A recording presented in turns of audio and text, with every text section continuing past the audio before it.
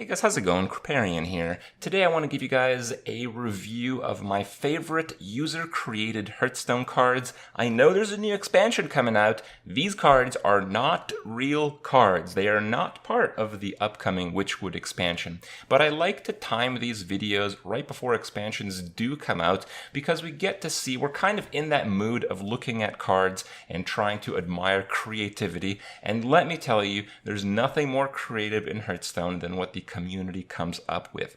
Almost all of these cards are selected from the custom Hearthstone subreddit. More specifically, they are selected from the top custom Hearthstone subreddit submissions that then get resubmitted to the Hearthstone Reddit. So that's where they're from. The artists vary, and well, in the end, I just appreciate really cool stuff. So here we go. We have Overstuffed Pinata. It's a 3-mana 0/3 Druid card. And what I really like about this card is the Secret Death Rattle Choose.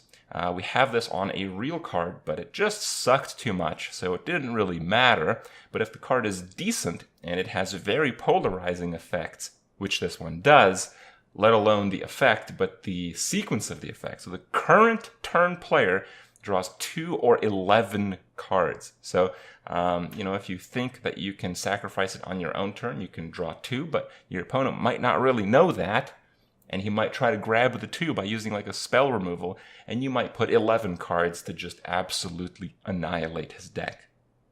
Wonderful. Speaking of annihilation, we have Mind Trap. New Hunter Secret. Not a new Hunter Secret, I guess a custom Hunter Secret.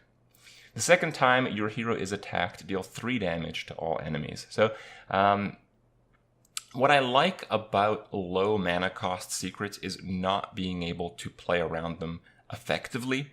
Now, when it comes to like mage secrets and stuff like that, I feel they're generally a bit too impactful. But this card, I kind of just like. We've actually seen a few cards with like the Rat Trap from the actual real cards in the upcoming expansion kind of move in that direction, and possibly this has served as some kind of inspiration to that. Then I have Lady Vosh, 5-mana 4/4. Your opponent's hero power is on autocast. So autocast hero powers are a thing in the Hearthstone Adventures, and they're a really funny thing. Basically, your opponent is forced to hero power if he has the mana available for it, and this mechanic is basically already in the game. The way you could make it work, either you just spend your opponent's mana and have them forcefully choose a target for their hero power. I don't really like that too much, because I think that kind of breaks the flow of the game. What I think this card should do is just use the AI to use the opponent's hero power forcefully. So if you play this against the mage, at the start of that player's turn, the mage will use the hero power on a target that the AI thinks is a good target for the hero power, which would make the card even better and, more importantly, a lot more funny. So, love this card. Then we have a Shaman weapon, I believe, but it's a multi-class weapon. Got the Shaman border there, but nonetheless, a Bottomless Bag. How about that? When you overdraw a card, add it to the bottom of your deck. So no more milling. I think this was released by the creator, I guess, before they are moving Cold Light into the Hall of Fame.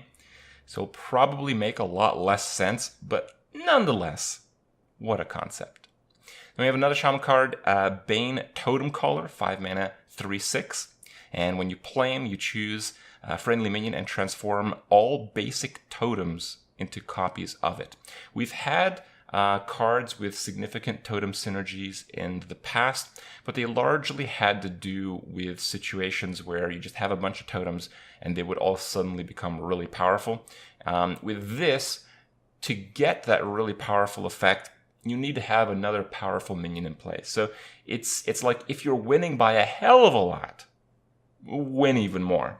And I'm kind of okay with those kind of cards. I have understood that Shaman really relies on those kind of cards to actually be a decent class in any meta.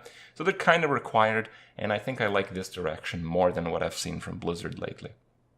We have Trapdoor, another hunter secret. I think this is my favorite secret of all. After your opponent plays a minion, it becomes dormant for 3 turns. So it's kind of like the darkness effect, where it's on the board, you can't interact with it in any way. And after 3 turns, it comes back to life. But the idea is, a 2-drop, for instance, is really valuable on turn 2. On turn 5, kind of sucks. So it's actually a very balanced card. It's a high tempo card, and I think it's even more balanced than Sap. But still, I can imagine some decks playing it, so you know you have a good card on your hands. And we have Obliterate. We basically see this card in Arena these days, but I guess not quite to the same extreme. Obliterate does 30 damage to all minions 3 times, just to completely remove the board. And honestly, I've been looking for a card like this. I know we have, I think it's called Psychic Scream or something, but that doesn't quite do it, because your opponent gets all those cards back, and if you're playing a priest and you're playing control, it's going to actually play a lot of those cards again, and it might cause you to lose the fatigue game. So with that one, this is a bit different than a full board clear, because they come back. With Obliterate, well, they don't. They die, all of them, and I like that. Then we have Fulminating Radiance. Fulminating Radiance. 6 mana Paladin card. Give a friendly minion Divine Shield. Then deal 5 damage to all minions. So it's kind of like a protect the guy and kill everything else. Wonderful. I love creative board clears. I actually love board clears. I love things that kills minions brutally. And this is that. And we have a neutral card, Jeweled Encrusted Totem. I kind of came up with a concept like this, like a treasure goblin or something that would pop up in your pack. So basically, this card gives the full dust when disenchanted. That's it. Seems good, right? I mean, honestly, Magic the Gathering Arena has cards like these. Why not Hearthstone? Then Cunning Chameleon, 3 mana, 2/4, has Taunt to minions with lower cost and Stealth to ones with higher cost. So it's quite a annoying little guy. He's going to crush a lot of the smaller minions, and he's going to be unattackable by the larger minions. Cards like this, I think, are really wonderful because it actually encourages you to use buffs in a meaningful way rather than a synergy-forced manner. And then the last card on my list, I have Double Cross, Rogue card, 3 mana spell, choose a minion, cast Betrayal on adjacent minions.